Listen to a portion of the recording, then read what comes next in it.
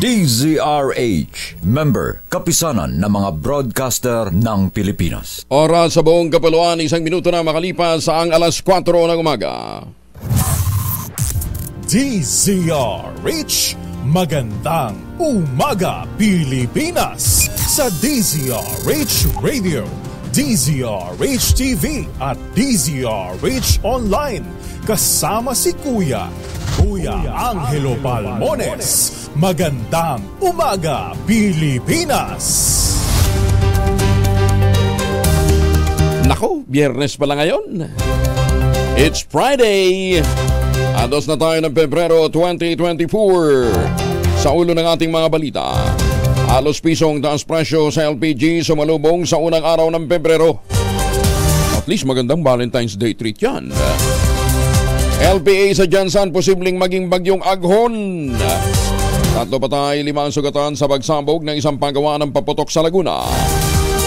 VP Inday Sara, hinamo naman nagnadawit sa kanya sa drug killings na magsampa ng kaso. Pebrero 12, deklaradong National Voters Day ng COMELEC. Listahan ng mga nanalo sa loto, isinumite na ng PCSO sa Senado. Modern Jeep, sinunog naman ng mga armadong grupo sa lalawigan ng Quezon. Maganda umaga, Pilipinas! Kasama natin ang buong radyo natin, FM Nationwide, ang ating mga action radio station sa Luzon, Visayas at Mindanao. 91.7 BNFM Radio sa Cebu at 94.3 FM sa Jansan. Sa detalye ng ating mga balita, maaaring maranasan ang unang bagyo ngayong taon kung ang low pressure area na nasa vicinity na ng General Santos City ay magiging tropical depression bago ito pumasok ng Philippine Area of Responsibility. Ayon kay Benson Estreja ng Pag-asa, kapag pumasok sa bansa ang bagong bagyo, tatawagin ito sa pangalang Aghon. Huling namataan ng naturang LPA sa layong 175 kilometro, timog kanluran ng Jansan. Ngunit ayon kay Estreja, maliit pa lamang ang tsansa na ito'y maging bagyo. Gayunpaman, ang trough of extension ng LPA ay magpapaulan sa Visayas at Mindanao sa susunod na 24 oras. May buntag sa matik paminaw nato niya sa Davao, diya po sa Jansan, North Cotabato at sa iba't ibang panig po ng Mindanao. Ingat-ingat po kayo dahil magtutuloy-tuloy pa daw po itong mga pagulan. Ang Northeast Monsoon o amihan naman ang magdadala ng pagulan sa Luzon, kabilang ang Metro Manila, habang generally fair weather ang mararanasan sa malaking bahagi ng bansa. Sinabi pa ni Estreja na isang bagyo lamang ang papasok sa PAR ngayong Pebrero o pwede pang maging zero kung hindi ho tutuloy si Aghon. Dalawang senaryo ang nakikita ni Estreja na posibleng mangyari sakaling pumasok ang bagyong Aghon ngayong buwan. Isa rito ay mabubuo ang tropical depression sa silangan ng Mindanao, lalapit sa Visayas at posibleng maglandfall. At ang ikalawang senaryo naman, maaari itong mabuo sa Pacific Ocean, pumasok ng PAR ngunit lilihis ito ng bansa. Panibagong taas presyo sa LPG ang sumalubong naman sa pagpasok ng Pebrero. Sa anunsyo ng Petron Corporation, tumaas ng 95 centimos ang kanilang LPG kada kilo. Samantala, nagtaas naman ang sulay ng 91 centavos kada kilo ng kanilang LPG, kabilang na ang value-added tax. Sabi ng Petron, nakabatay ang paggalaw ng presyo ng mga ito sa international contract price ng LPG para sa buwan ng Pebrero. Nanlulumo naman ng mga nagbibenta ng itlog sa patuloy na pagbagsak ng presyo ng itlog, dala ng mababang demand sa produkto. Ayon sa United Broiler Raisers Association o UBRA Chair na si Gregorio Santiago, bumagsak sa 5 piso kada piraso ang farm gate price ng itlog habang 6 pesos lamang ang retail price. Sinabi pa ni Santiago, magandang balita sana ito para sa mga consumer pero hindi para sa mga producer na gumagastos ng 4.75 kada araw sa pagkain kada layer ng manok. Sa naging pagpupulong ng kanilang grupo, iniuugnay nila ang mababang demand sa bumabawas na purchasing power ng mga tao kung saan mas inuuna na lamang ng mga mamimili ang bigas. Sagad langit ang bigas at pagbabayad sa kuryente at tubig. O nga naman, yung iba pwede ng kape na lang ilalagay, di ba? May kape ka na, may breakfast ka pa. Ang tawag nga ho doon Bangag. Bagong kape at sinangag. Bangag. Nababahala naman ang grupong Sinag o Samahang Industriya at Agrikultura sa naging pagtaas ng presyo ng karne ng baboy sa merkado. Napanayam ng DZRH at ang radyo natin kay Sinag Chair Rosendo So, sinabi niyang nagkakaroon ng problema sa presyo sa wholesale at retail. Sabi ni So, hindi lamang ang presyo ng karne kundi pati mga pauna ng bilihin, malaki ang naging agwat sa farm gate price at sa presyo nito sa mga pamilihan. Base sa monitoring ng Department of Agriculture sa mga palengke sa Metro Manila, umabot na ng 270 hanggang 350 kada kilo ang presyo ng kasim, habang 305 hanggang 420 pesos naman ang kada kilo ng pork liempo. Noong December, nasa between 185-190. So wala talagang pagbabago? Walang pagbabago, no? Kung makita natin. Dapat yung presyo ng sabi natin kasim dapat nasa 290, tapos itong liempo nasa 320. Mantakin ninyo ang farm gate 185. Hanggang sa Mindanao mas mura pa nga eh. Pagkatapos ganun ho ang presyuhan sa merkado, utang na loob. Moderate your greed. Maganda umaga, Pilipinas! Ay, nako. Sige, para meron tayong pamalengke, ito muna ang ating mahiwagang tunog. Mahiwagang tunog! 5,000, 5,000 po ang naghihintay na premyo sa ating mahiwagang tunog.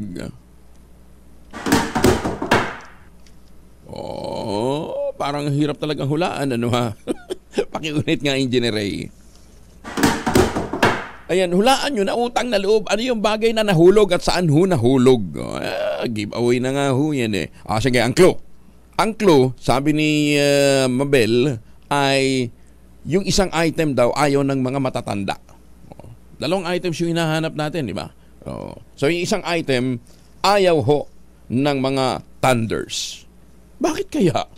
Maganda umaga, Pilipinas! Ay mga misi, sa may araw masimunso pagkagaling po ng eskwela, abay dahil yan sa germs sa katawan nila para labanan ng may araw at may pawis gumamit ng Shield Bath Soap regularly. Ang beatable ang Shield sa paglaban sa germs versus another brand. May shea butter na pampalambot ng kuti sa presyong abot kaya 12.50 SRP. Kaya mga michis, I challenge you, subukan ng Shield Bath Soap. Galit sa sakit, may malasakit, sulit na sulit. Nagbigay na ng listahan ng mga pangalan ng mga nanalo sa loto ang Philippine Charter Civic Office o PCSO. Sa isinagawang hearing ng Senate Committee on Amusement Committee, isinimite ng PCSO kay Senator Rapi Tulfo ang mga pangalan ng nanalo sa loto simula July 2023 hanggang January 30, 2024. Maliban sa listahan ng pangalan at mga dokumento ng loto, hiningi rin ng komite ang ALPA listing o tax records ng mga nanalo sa jackpot prize. Paigting na iniimbestigahan ngayon ng Senate Committee ang mga nagdaang PCSO game dahil sa mga lumutang ng mga paratang sa PCSO na dinaraya o pinipengko mano ang grand jackpot winners. Kasunod nga ng pag-amin din ng PCSO mismo na yung nalathalang picture ng isa sa mga winner ay dinoktor lang din nila.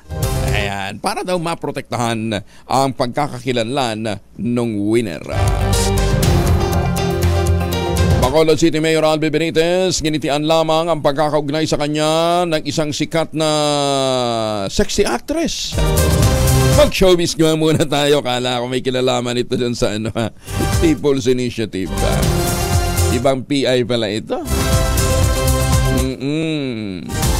Public intrigue. Ayan. Alamin natin ang balita mula kay Gorgie Runa. Gorgie, good morning. Isang makahulugang ngiti at napailing ang Bacolod City Mayor Albi Benitez nang diretsahan ko siyang tinanong kung sila na ba nitong sikat na sexy actress. May nagkwento kasi sa aming nakita raw silang dalawa sa airport na magkasamang pumuntang Japan, pero umiiling lang ang alkalde ng Bacolod. Pero hindi lang itong sikat na sexy actress ang nililing sa kanya, kundi may iba pa mga magagandang actress na napapangiti na lamang siya. Napakibit balikat na lamang si Mayor Albi dahil hindi naman siya yung tipong kwento ng kwento kwento kung sino yung mga nalilink sa kanya. Pero nilinaw niya sa aming wala naman daw siyang sabit kung sakaling ma-involve siya sa ibang babae dahil matagal na pala silang hiwalay ng kanyang asawa. Matipid ang sagot ni Mayor Albi na sinabi niyang, "We have not been a couple for several years already. In fact, we have gotten a dissolution in court several years back." End of quote. Hindi nila siya nagbigay ng ibang detalye kaya huwag na tayong magulat kung may mababalitaan na naman tayong isa pang magandang aktres na malilink uli kay Mayor Albe Benitez. Mula sa kauna-unahan sa Pilipinas, DZRH, ito po si Gorgie Rula, tuloy-tuloy sa pagbabalita, tuloy-tuloy sa serbisyo, sama-sama tayo, Pilipino. Maraming salamat, Gorgie. In fairness kay Mayor Albi, producer ho yung mama. Kaya syempre may mga pagkakataon talagang may mga makikita kasama siyang mga magagandang actress. Yung iba nga hindi nga producer eh. May kasama nga magagandang artists eh. Congressman nga lang sila. Yung isa, hindi, si Senator Erwin naman, girlfriend niya naman talaga yun. No? Okay, maganyan, iba yun. No? Hi mga mamis! Laundry Day ba today? Kunot no ka ba kapag makapit, madagit at malupit ang mancha? All you need is Pride. Mapapahirapan ang self-con sa Pride, easy at worry-free naman ang laundry. Sa triple stain-away formula, tanggal ang matitinding mancha based on test of chocolate mud and sample ng cotton. Gawa po ito ng ACS. 3 katao naman ang patay habang 5 sugatan ang sumabog ang isang pagawaan ng paputok sa Kabuyaw, Laguna. Ayon sa Kabuyaw Police, sumabog ang Diamond Fireworks sa Barangay Bigaa alas 3:30 ng hapon. Bumugad sa mga bumbero ang 2 tostadong bangkay ng mga manggagawa nang mapulang sunog pasado alas 5 na ng hapon. Kinumpirma naman sa DZRH at radyo natin ni Reynalyn Ulik-Ulik. Namatay sa ospital ang kanyang 40 anyos na amang si Ricardo na isa ring manggagawa sa naturang fireworks shop. 4 naman ang sugatan, kritikal, kabilang po ang isang bata na pawang nagtamo na matinding mga paso at pagkalapno sa katawan. Patuloy pa ang investigasyon ng Bureau of Fire Protection kung ano ang sanhi ng sunog sa naturang pagawaan. Inamo naman ni VP Sara Duterte ang nagdadawit sa kanya sa Oplan Tukhang sa Davao Death Squad. Kasuhan siya ng murder sa korte. Ayon sa pangalawang Pangulo, bago ang script ng nasabing alegasyon ni retired SPO4 Arturo Las Cañas at itinangging utak siya sa Oplan Tukhang. Kinakaladkad lamang niya ang pangalan niya sa issue para mapasama sa investigasyon ng International Criminal Court sa umano'y extrajudicial killings ng dating Pangulong Digong Duterte. Idiniin pa ni VP Sara na ni minsan hindi siya naugnay sa Oplan Tukhang bilang dating vice-alkalde at mayor ng Davao City. Bukod sa tiyempo, malinawan niya na sadyang pinilit lamang na maidugtong ang kanyang pangalan sa issue para maging akusado sa ICC.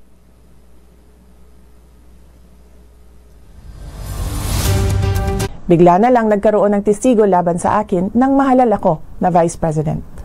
At kabilang na nga ako ngayon sa mga akusado sa International Criminal Court. Maliban sa tiyempo, malinaw na sadyang pinilit lang na maidugtong ang pangalan ko sa isyong ito para ako maging akusado sa ICC. Ang pagpupumilit ng ICC na pakialaman ang ating hudikatura ay panghihimasok sa ating soberanya. Paglapasangan ito sa dignidad ng mga Pilipino at sa karangalan ng Pilipinas. Wala na itong debate sa testigo at mga tao na nakapalikod sa kanya. Mag-file kayo ng kasong murder laban sa akin dito sa Pilipinas. Hinamon din ni Senator Bato de la Rosa si dating Davao Senior Police Officer Arturo Las Cañas na magkain ng kaso sa manoy kinalaman niya sa Oplan Tukhang. Ayon kay de la Rosa, malaya si Las Cañas na magharap ng mga asunto kung may hawak siyang ebidensya, lalo't na di na presidente ang dating Pangulong Digong.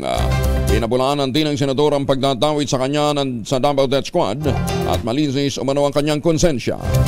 Una nang ibinunyag ng dati umanong hitman ng DDS na si VP Inday Sara ang utak ng Oplan Tukhang ay si De La Rosa naman ang nagpatupad dito bilang dating hepe ng pambansang pulisya. Si Las Cañas na nagtatapang-tapangan ay patuloy namang nagtatago. Iniling naman ni House Deputy Minority Leader at ACT Teachers Party List Representative Franz Castro sa liderato ng Kamara na imbestigahan ang kaugnayan ni VP Inday Sara sa extrajudicial killing sa Davao City nung ito ay alkalde pa ng lungsod. Ang alegasyon na sangkot si Duterte sa Oplan Tukhang ay nagmula sa dating hitman ng Davao Death Squad na si Arturo Las Cañas at kaagad naman itong itinanggi ng Vice Presidente. Pero ayon kay Castro, malinaw na ngayon kung bakit ang posisyon ni BP Sara ay huwag makipag-cooperate sa ICC dahil hindi lang pala ang dating Pangulong Digong ang sangkot sa drug killings kundi maging siya. Maring o maaaring mag-issue ng warrant of arrest ang International Criminal Court laban sa mga opisyal ng Pilipinas pero mag-usapan kung ito na may maipatutupad. Sinabi ito ni Solicitor General Menardo Guevara kaya't krusyalan niya ang kooperasyon ng gobyerno sa International Tribunal. Ayon sa Solgen, nakabatay ang paglalabas ng arrest warrant sa assessment ng ICC pre-trial kung may sapat bang dahilan na nakagawa nga ng krimen ng isang opisyal. Kinakailangan ninyang magkaroon ng ebidensya na tunay na magdidiin na sangkot sa pag-i-issue ng arrest order. Ginawa ni Guevara ang pahayag ng tanungin kung maaaring maglabas ang ICC ng arrest warrant laban kina BP Sara at iba pang mga opisyal kaugnay ng Duterte War on Drugs. Iniling naman ni Senator Amy Marcos sa Pangulong BBM na tuldukan na ang Peking People's Initiative para ambyendahan ang saligang batas. Ayon kay Marcos, dapat na maglabas ng Pangulo ng matibay at malinaw na paninindigan kontra Project PI para mawala ng mga bumabalot ditong kontrobersiya. Hanggang sa ngayon kasihan niya, sinasabi ng Pangulong Marcos na pinag-aaralan at kumukonsulta pa siya sa mga legal luminaries tungkol sa People's Initiative. Habang ang COMELEC naman, inamin na maaari pang ma-recycle at magamit ang mga lagda sa kabila ng sinuspending proceedings kaugnay nito. Irit pa ng Senadora magalit o magwala na ang kanyang kapatid dahil sinasamantala na ng iba ang masyado niyang pagiging mabait. Nagbabala rin ang presidential sister sa promotor ng Project PI, kamag-anak man o hindi, na hindi siya papayag na magamit muli ang Marcos administration at mabahiran ang kanilang pangalan. Nagkasa naman ng protesta ang mga empleyado ng Senado laban sa isinusulong na charter change sa pamamagitan ng People's Initiative. Nagtipon-tipon ang mga empleyado kahapon para sa isang forum kung saan ipiniliwanag dito ang charter change at ang People's Initiative. Nagsagawa rin ng malikhaing protesta. Sumayaw sa labas ng gusali ng Senado habang nakasuot ng itim na damit at may nakasulat na "No to Chacha". Kanilang sikaw gamitin ang serbisyong panlipunan sa ang pera ng bayan at hindi umano sa Chacha. Cha-cha-cha. Ay naman buhay ito. Taasan ang presyo ng mga bilihin. Cha-cha tayo ng cha-cha. Ipinagutos naman ng lokal na pamahalaan ng Marikina ang pag-aresto sa sino mang mahuhuli na bumibili ng lagda para sa People's Initiative. Nagbabala si Marikina Mayor Marcelino Teodoro laban sa ilegal na pagbili o pamimigay ng pera kapalit ng pagpirma sa People's Initiative campaign. Samantala, hindi naman sinabi ni Mayor Teodoro kung may mga nahuli na silang buyers ng pirma sa kanilang syudad. Pinagsabihan ng Marikina Mayor ang mga nagsusulong ng kampanya na huwag maliitin ang katalinuhan ng mga taga-Marikina dahil hindi niya sila bibigay sa anumang iligal na mga gawain. Samantala, inilahad naman ni Mayor Teodoro ang napag-alaman niya, hindi mga residente mismo ng munisipalidad o lungsod ang kinukuhang mga pirma para sa PI. Tututukan naman ang restrictive economic provision sa pagdinig ng Senado sa Chacha na magsisimula na sa Lunes. Pangungunahan nito ni Senator Sonny Angara na magsisilbing head ng Constitutional Amendments and Revision of Code Subcommittee sa hearing. Sinabi ng Senador tatalakayin din sa hearing ang Senate Resolution of both Houses No. 6 na kanilang inihain kasama si Senate President Juan Miguel Zubiri at Senate Pro Tempore Loren Legarda. Nilinaw naman ni Angara na walang pag-uusapang political amendments. Naturang hearing sa harap na rin ang umuugong na magiging danitong Chacha para sa ilang political amendments tulad ng term extension. Walang magiging Prime Minister sa isinusulong na charter change. Ito naman ang naging sagot ni Cagayan de Oro 2nd District Representative Rufus Rodriguez sa alegasyon ni dating Pangulong Rodrigo Duterte na ito ang agenda ng People's Initiative. Ayon kay Rodriguez, ang alegasyon ay walang constitutional at legal basis dahil walang kakayahan ng People's Initiative na baguhin ang sistema ng gobyerno. Anya, pag-amyanda lamang at hindi pagrebisa sa saligang batas ang sakop ng People's Initiative. Kaugnay nito, pinawi rin ang mababatas ang pangamba ng Senado at sinabing hindi rin maaaring maging unicameral ang dalawang kapulungan ng Kongreso sa pamamagitan lamang ng People's Initiative. 21 na makalipas ang alas 4 ng umaga. Patuloy tayo sa mga balita. Piniling naman ni House Deputy Minority Leader at hindi, tapos na pala ito.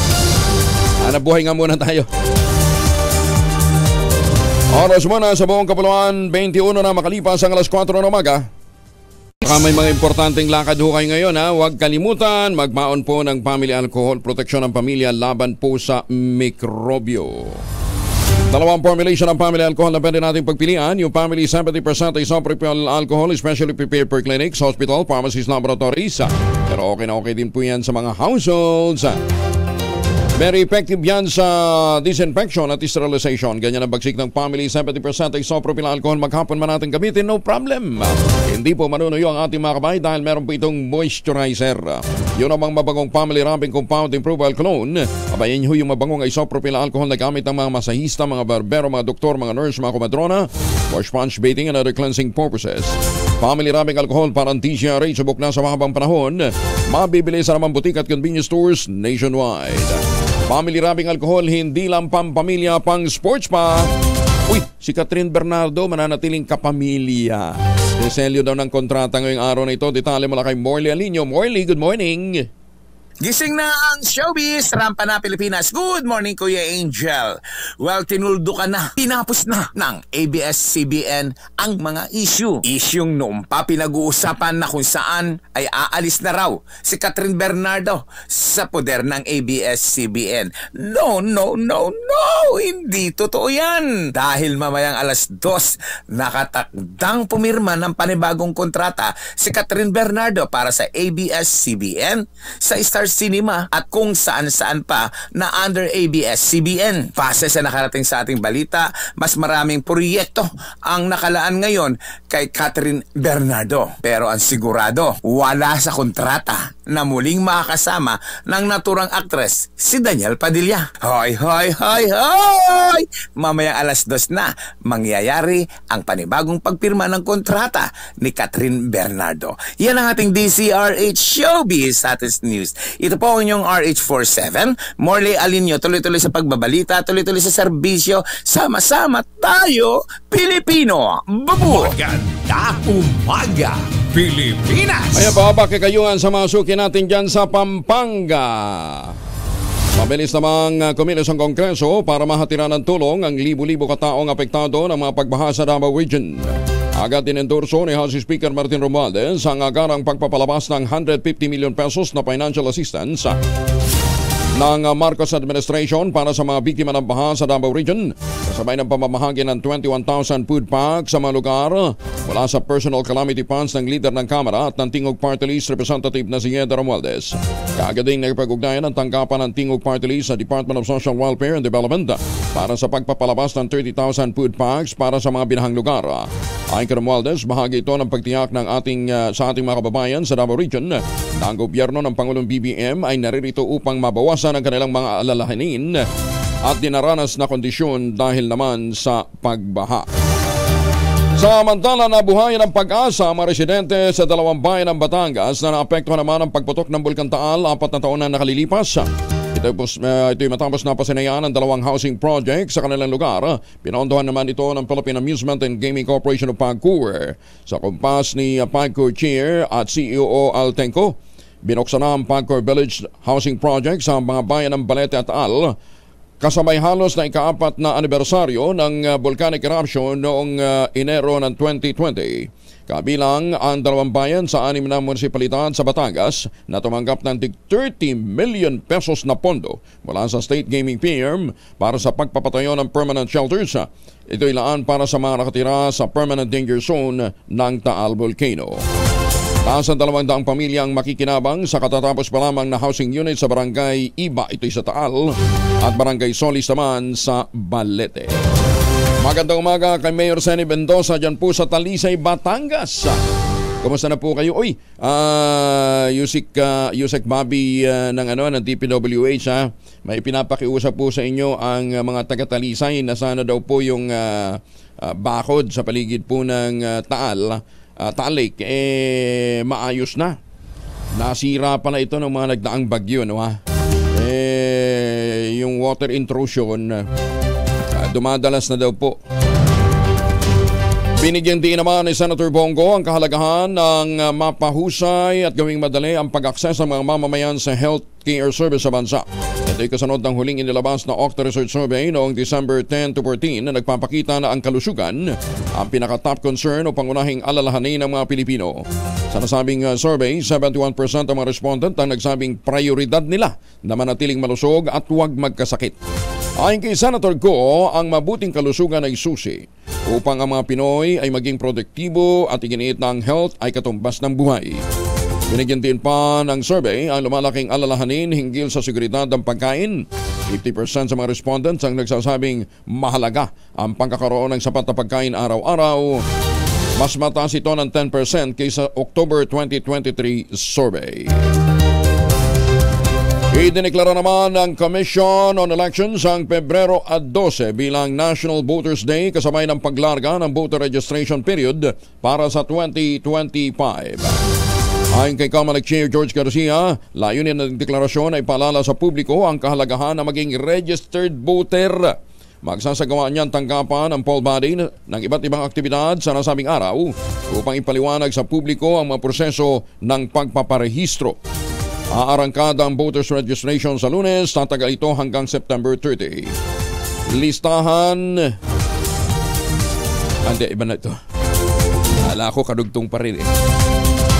Binueltahan naman ni dating ako Bicol Party List Representative at Chair ng House Committee on Constitutional Amendments na si Attorney Alfredo Garbin ang Catholic Bishops Conference of the Philippines kaugnay ng inilabas nitong pastoral letter hinggil sa People's Initiative.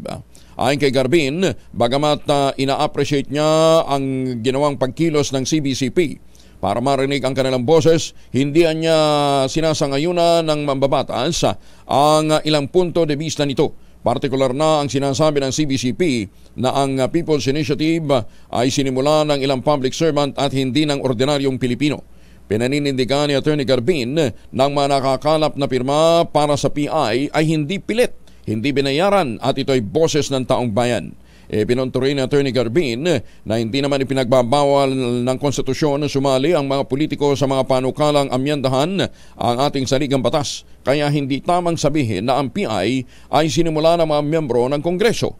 Ayon sa dating kongresista, nakalulungkot ang naging pahayag ng CPCP dahil meron tumutulong na miyembro ng Kamara at meron ding, dahil sinasabing merong tumulong na miyembro ng Kamara, ito'y panloloko, at nababaliwala ang totoong partisipasyon sa democratic process ng bawat mamamayan sa bansa. Pinatawa naman ang hanggang 20 taong pagkakakulong ang isang lalaki dahil sa panghihipo sa isang dalagita.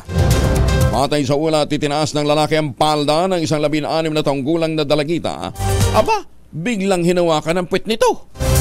Pinatulan ng naturang suspect ng pagkakasalang lascivious conduct sa ilalim ng Article 3, Section 5B ng Republic Act 7610 o Special Protection of Children Against Abuse, Exploitation and Discrimination Act.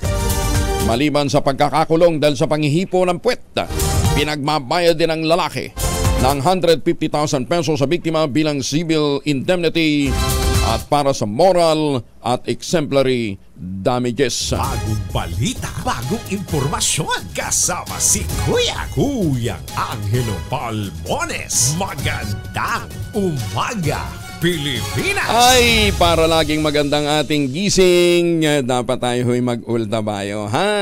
Ayan, ha? Inhale, exhale, inhale. Dapat pagkagising gano'n. Tapos pagharap mo sa salamin, huy, ang pogi ko. Magba-Valentine's Day, dapat gano'n ang mindset natin. Para magandang tulog, dapat magandang tulog para magkaroon ng magandang gising. Ayan. At para magkaroon ng magandang tulog, mag-Ultabayo. Ang Ultabayo po ang kauna-unahang postbiotic food supplement ng Pilipinas.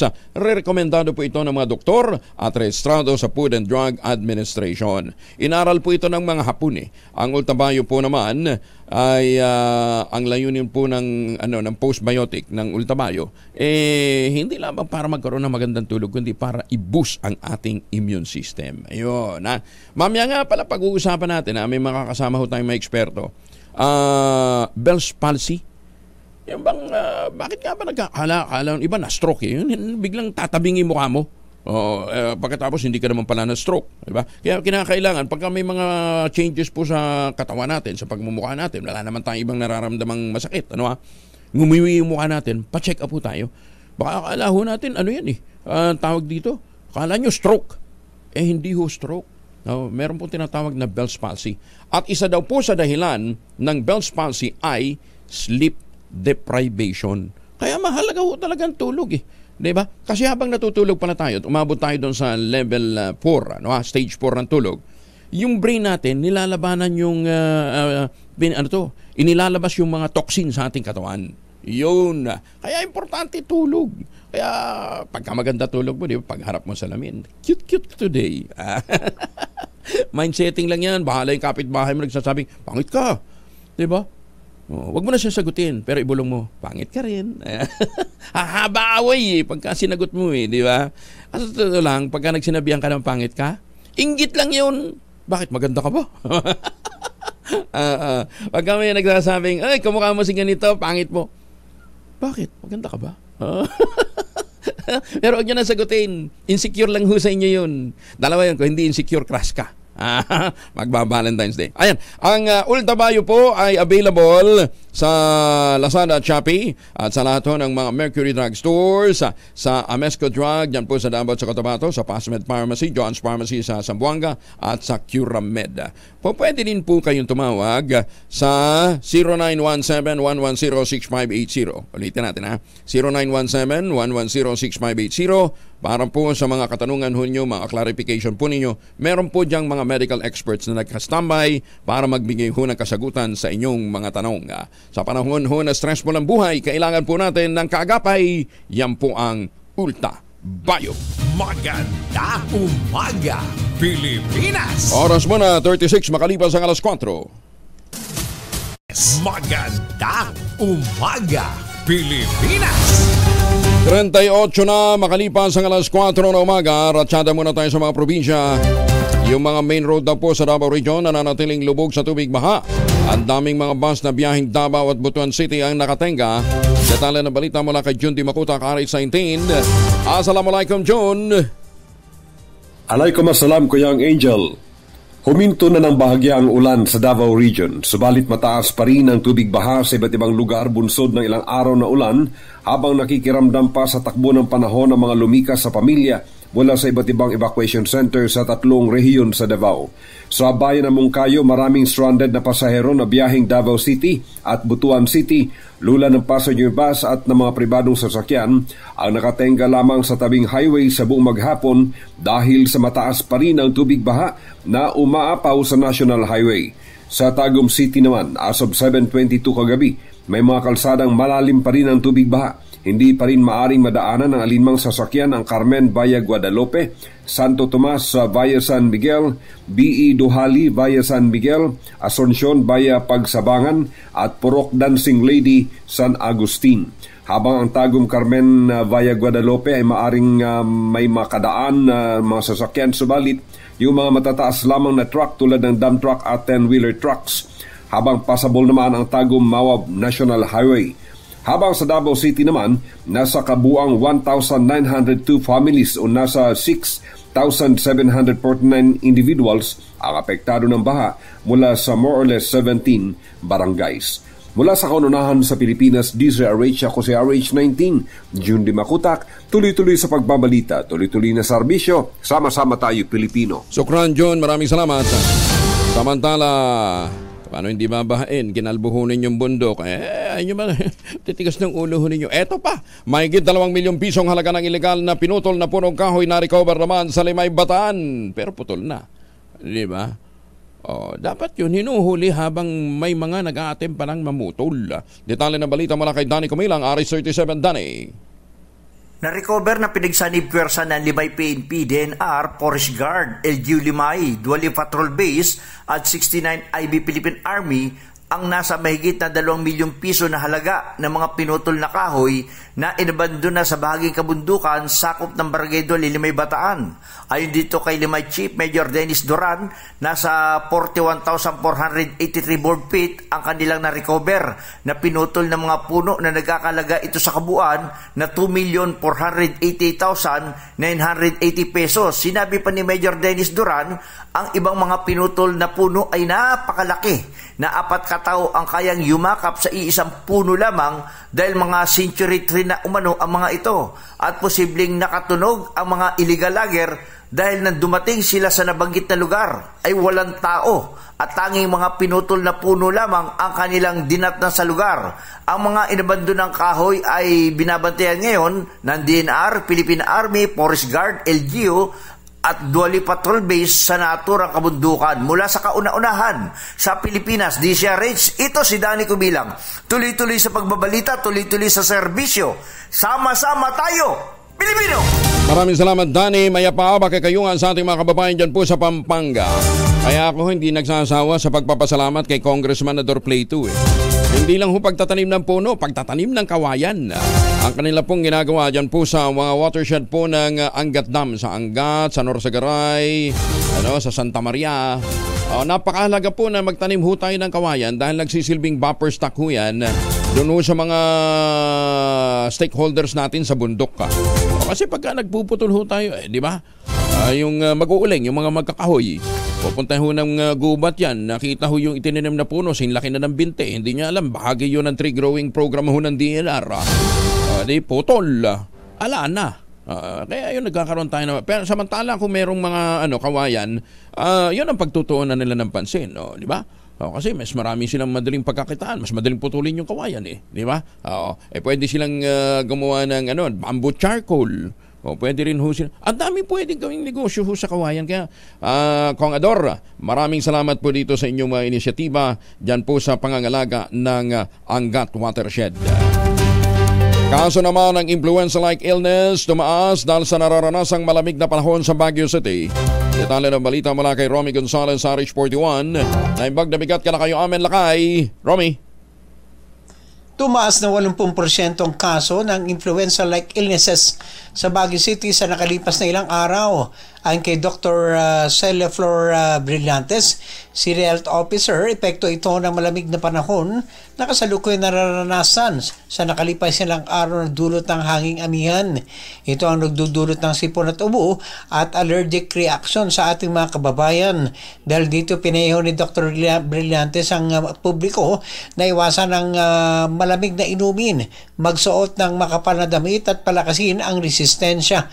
Pinayon rin niya ang ating mga kababayan na ugaling maghugas ng kamay matapos at bago kumain para maiwasan ang pananakit ng tiyan. Binigyan din niya na kailangan ang tamang paghawak at pagtabi ng pagkain para hindi ito makontamina. Mula sa kauna-unahan sa Pilipinas, DZRH, ito si Romy Gonzalez, tuloy-tuloy sa pagbabalita, tuloy-tuloy sa serbisyo, sama-sama tayo, Pilipino. Maraming salamat, Romy. Samantala, 2 tulak naman ang ilegal na droga huli sa Maybas Operation sa Dagupan City. Detalye ng balita mula kay Freddy Pajardo, RH38. Basantos siya kabasanid si Kamin sa ating mga kababayan dyan sa Pangasinan, Freddy. Himas Rias ngayon sa loob ng piitan ng Dagupan City Police Station ang 2 tulak ng iligal na droga matapos silang maaresto sa buy-bust operation. Sa ulat ni Dagupan City Chief of Police Lieutenant Colonel Brendon Palisok, alas 3:30 ng madaling araw kahapon nagsagawa ng buy-bust operation ng kanyang mga tauhan sa Special Drug Enforcement Unit sa Barangay Tapwak sa Lungsod, kung saan isa sa kanilang nagkunyaring buyer at nakabili ng shabu kapalit ng mark money sa mga suspect na kinilalang sila Gonzalo Rosita, 38 anyos, at Mark Anthony Flores, 24 anyos, kapwa listed as street level individual, napawang mga residente ng Barangay Kalmay sa syudad. Matapos ang palitan ng illegal na droga at mark money, agad silang inaresto at nabawi rin sa mga ito ang ginamit ng mark money sa operasyon. Nasa humigit kumulang na 20 gramo ng syabong nasamsam sa mga suspect na may halagang 136,000 pesos. Kasong paglabag sa Republic Act 9165 o Comprehensive Dangerous Drug Act of 2002 ang kinakarap ngayon ng mga suspect. Mula sa Action Radio Pangasinan, ito si Freddy Pahardo, RH38, tuloy-tuloy sa pagbabalita, tuloy-tuloy sa serbisyo, sama-sama tayo, Pilipinas. Magandang umaga, Pilipinas! Maraming salamat, Freddy. 46 na makalipas ang alas 4 ng umaga. PNP Chief bibisita naman sa mga kapulisan na napatay sa enkwentro sa bayan ng Santa Margarita sa Samar. Detalye ng balita mula kay Jimmy Angay-Angay, RH32. Maupay nga agad, Jimmy.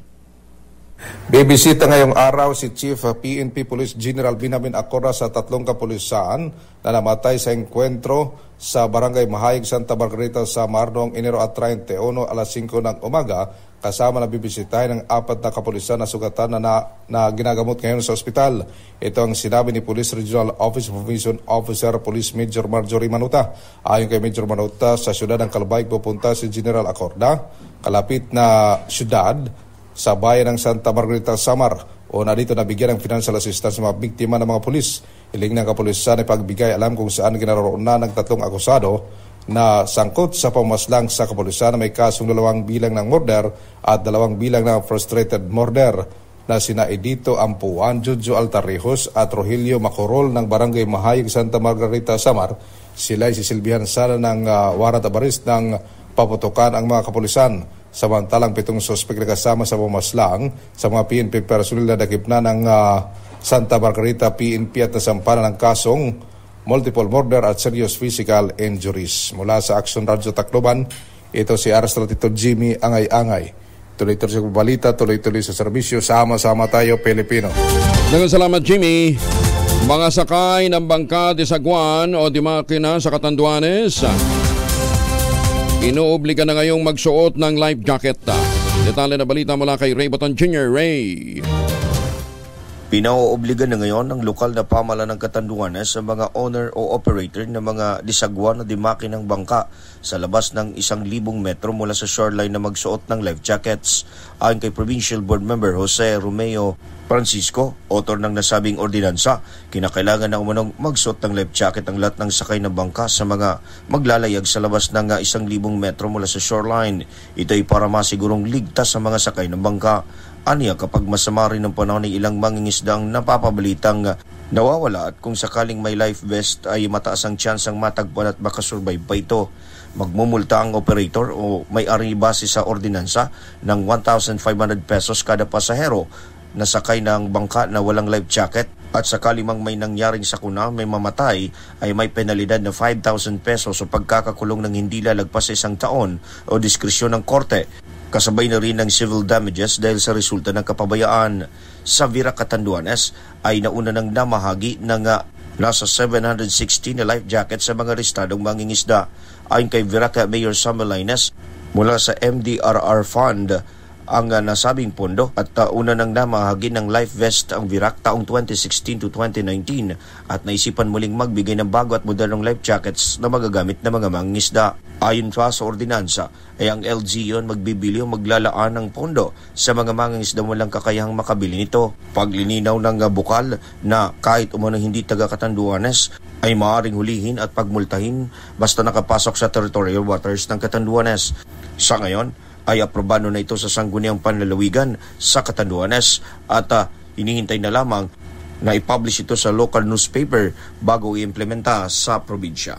Mula sa kauna-unang radyo sa Pilipinas, DZRH, ito si Ray Baton Jr. Tuloy-tuloy sa pagbabalita, tuloy-tuloy sa serbisyo, sama-sama tayo, Pilipino. Bagong balita, bagong impormasyon, kasama si Kuyang Angelo Palmones. Magandang umaga, Pilipinas! Mabalos, Ray.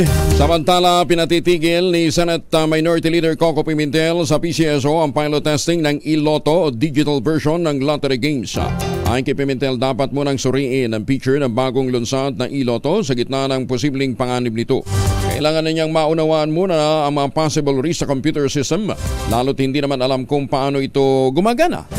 Pero tiniyak naman ni PCSO General Manager Mel Robles ang transparency sa iLotto at binigyan diin na mahalaga sa ngayon ang naturang sistema dahil sa digital era. Usapin ng press freedom, karapatang pantao tinalakay sa pulong ni Executive Secretary Lucas Bersamin at UN Special Rapporteur Irene Khan sa Malacanang. Detalye ng balita mula kay Let Narciso, RH14. Let, good morning. Bumisita sa Malacanang si United Nations Special Rapporteur Irene Khan. Nakipagpulong si Khan kay Executive Secretary Lucas Bersamin.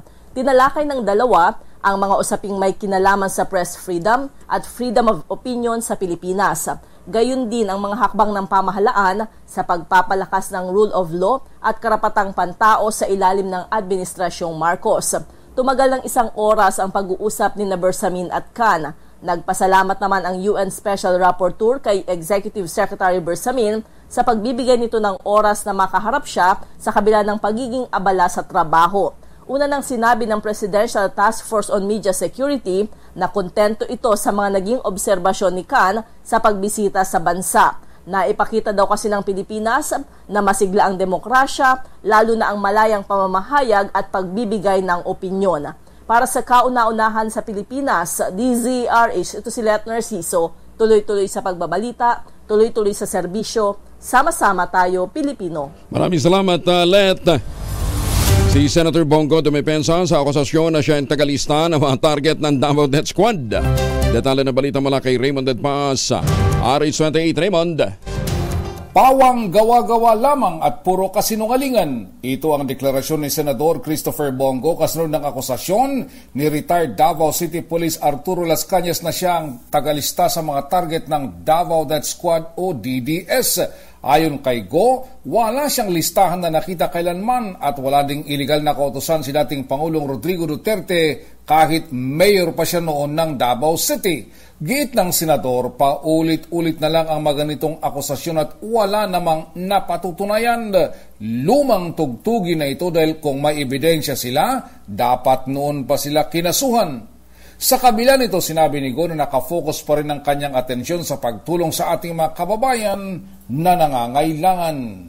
Para sa kauna-unahan sa Pilipinas, DZRH, ito si Raymond Adpas, tuloy-tuloy sa pagbabalita, tuloy-tuloy sa serbisyo, sama-sama tayo, Pilipino.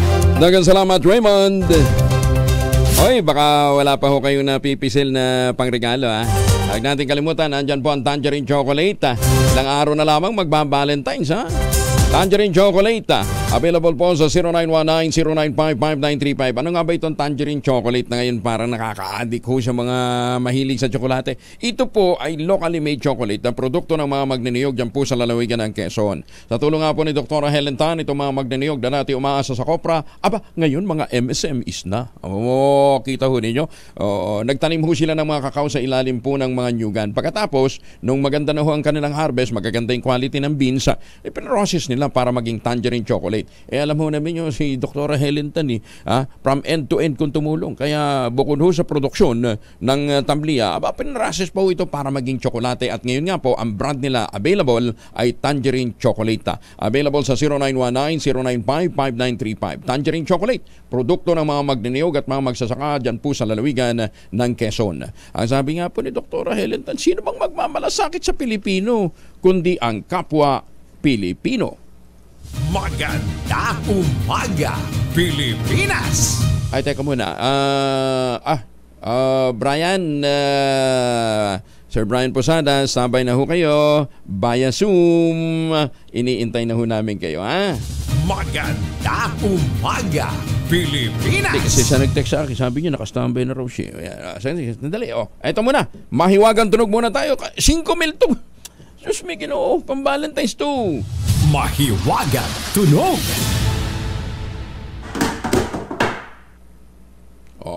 Ang clue, yung isang item dyan, ayaw na ayaw ng mga matatanda. Bakit kaya? Hindi ko naman alam.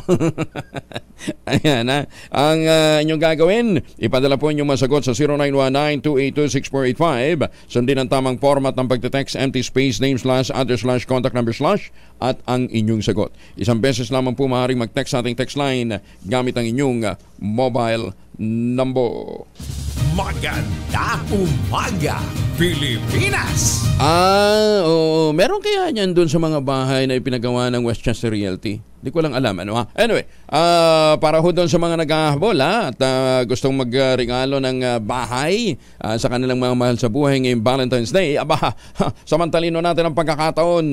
Ito na yung pinakamurang ready for occupancy unit sa housing industry with easiest term, 5% down payment, pwede pang Gibbs. Sangkin dyan. Diba? Kaya ang gagawin ho ninyo, makipag-ugnay na kaagad sa 0996-501-5555 o dili kaya sa 0947-434-5555. Ito pa rin ang pangarap na magkaroon ng sariling bahay sa presyong abot kaya. 7 days after ng take-out ng Pag-ibig Housing Loan, pwede ka nang maglipat bahay agad. Ayan. Napakalapit lamang ho nito sa Clark International Airport. Sa loob mismo ng township, nandun ho yung munisipyo, palengke, mga grocery stores, eskwelahan. Ano pang iniintay ho ninyo? Plus, kung ngayon ho ay magpapareserve, makakahabol pa ho kayo din sa kanilang Lucky Dart. Libre biyahe for 2. Diba? Pwede kang pumunta ng Thailand, Singapore, Hong Kong, Japan, Taiwan. Diba? All expense paid. Bakit mani naman? Siguro sa inyo na yun. Mahiya naman kayo. Ayan, ha? So, ano pang iniintay yun ninyo? Makipag-ugnayan sa 0996-501-5555 o sa 0947-434-5555. Yan ang tumbok ng dark na walang sayang. Kasi kung hindi ka tumama doon sa 342, may mapapanalunan ka pa rin mga premyo Di ba? Ganyan, kaswerte ba? Magandang umaga, Pilipinas! Bagong balita, bagong impormasyon. Kasama si Kuya Angelo Palmones. Magandang umaga, Pilipinas! Isang modern jeepney ang sinunog ng mga armadong lalaki sa barangay Dahican, Katanawan, Quezon. Ayon sa Quezon Police, ang PUB na minamaneho ni Carl Bayer Villanueva ay pinara ng 4 na suspect na kasuot ng bonnet noong Miyerkules ng gabi. Pinababa ito ng 3 sakay ang 3 sakay, yun din ang konduktor bago sinindihan gamit ang gas lamp. Bago naganapan na ito ng insidente, sinabi ng Kumaka Transport Service Cooperative, operator ng modernong jeepney, nakatatanggap sila ng death threats mula sa mga hindi nakikilala pang mga individual. Nagbabanta rin naman ito na susunugin ang kanilang bagong release na modernong jeepney units na ang ruta ay Gumaka, Katanawan. Ayan, yan ho ang gawain ng mga buwisit na walang magawa sa buhay, di kundi mamerwisyo. Paano ngayon yan? Niloan lang ho ng mga operator yan. Diba? Kaya ito itong klase ng mga taon tamaan sana ng kidlat. Diba? Namemerwisyo. Siguro mga extortionisto hindi napagbigyan. Kaya yun, wala silang gusto kundi mamerwisyo ng negosyo ng ibang tao. Ay, Diyos mio. Lord, kunin nyo na po sila. Wala ho silang pakinabang sa lipunan. Tanggal sa listahan ng mahigit 100,000 pamilya sa Pantawid Pamilyang Pilipino Program o 4Ps dahil sa mga anomalya. Ayon sa Department of Social Welfare and Development, ang bilang na ito ay naipon sa loob ng ilang taon pero mas dumami pa noong December 2023. Ayon sa 4Ps National Manager na si Gemma Gabuya, isa sa mga naging rason ng pagkadalis ng mga pamilya ay dahil sa pagbibigay nila ng kanilang ATM sa mga loan shark. Ayun. Sabi pa ni Gabuya, hinihiling nila na magkaroon ng batas ukol dito dahil hindi ito dapat na ginagawa ng mga 4Ps beneficiaries. Ayon pa kay Gabuya, nag-aalala rin sila dahil kinakailangan nilang mag-alis pa ng 1.2 milyon na mga beneficiaries ngayong taon para makapagbigay ng pagkakataon sa ibang nangangailangan din. Pero actually, ang dapat talagang maparusahan dito, yung mga nagsasanla ng kanilang ATM. Mahirap habulin yung mga loan shark Pero actually, alam nyo, gagawin nyo lang. Bantayan ho ninyo yung mga ATM ng Land Bank in particular. Kasi doon naman pagka nakita ho ninyo sang katerbang hawak na ATM, di ba? At inaabot ko na minsan ng mga 3 oras. At least 3 oras lang, hindi 3 araw. Ha?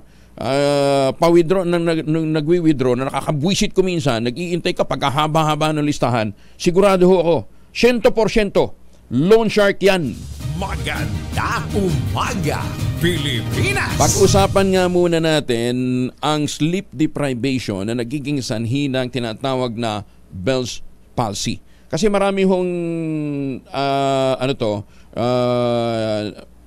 nagmi-misdiagnose sa kanilang sarili. Bakit naman? Humiwi na nga yung mukha, nag-self-diagnose pa eh. Tumawag na sa kapitbahay. Ano nga iniinom mo pagka na-stroke ka? Di ba? Alam mo ninyo, ganyan kuminsan ng mga Pinoy, mahalaga kunwari ang kalusugan, pero takot namang magpunta ng doktor. Di ba? Kasi sabi nila, teka, mahal din ng doktor, tapos bibiritsahan ka ng gamot. Mahal din. Ayan. Kaya yung iba, hindi nila alam, Bell's palsy lang pala yung dumali sa kanila. Umiinom kuminsan ng gamot laban sa stroke. Kasama natin si Brian Posadas. Ito po isang napakagaling na pharmacist, at sila po yung mga nagdidispenso ng gamot. Sir Brian, magandang umaga po sa inyo. And good morning, Kong Angel, at good morning sa mga tagapakinig natin. Bukod sa sleep deprivation, ano pa bang sanhi ng Bell's palsy? Kung bago ko lang puntahan yung sanhi ng Bell's palsy, no? Ang isa siguro sa mahalaga na malaman lalo ng mga listeners natin, pag nagkaroon ng pangingiwi sa isang parte ng mukha natin, number one, they should not conclude first that it's Bell's palsy. What they need to do, pumunta sa doktor kasi it's also possible na na-stroke sila. At sa stroke kasi bawat minuto mahalaga eh. Otherwise baka hindi sila maka-recover.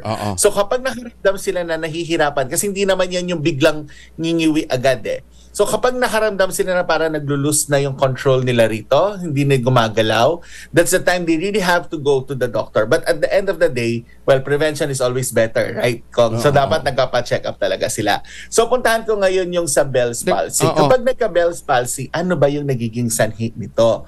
Now, maraming iba-ibang sanhi ang Bell's palsy at hindi naman siya directly pinpointed ng science ano yung nagiging cause or yung exact cause nito. It remains unknown. But most of the cases natin, it is also associated even with the viral infection. So viruses are also linked with Bell's palsy. So halimbawa, yung mga Epstein-Barr natin, cytomegalovirus, varicella zoster, or even nung times ng COVID-19, nagkakaroon ng cause na possible na viral infection yung Bell's palsy nila. So what happens? Usually yung 7th cranial nerve natin, which controls the facial muscles natin, yun yung nagkakaroon ng inflammation.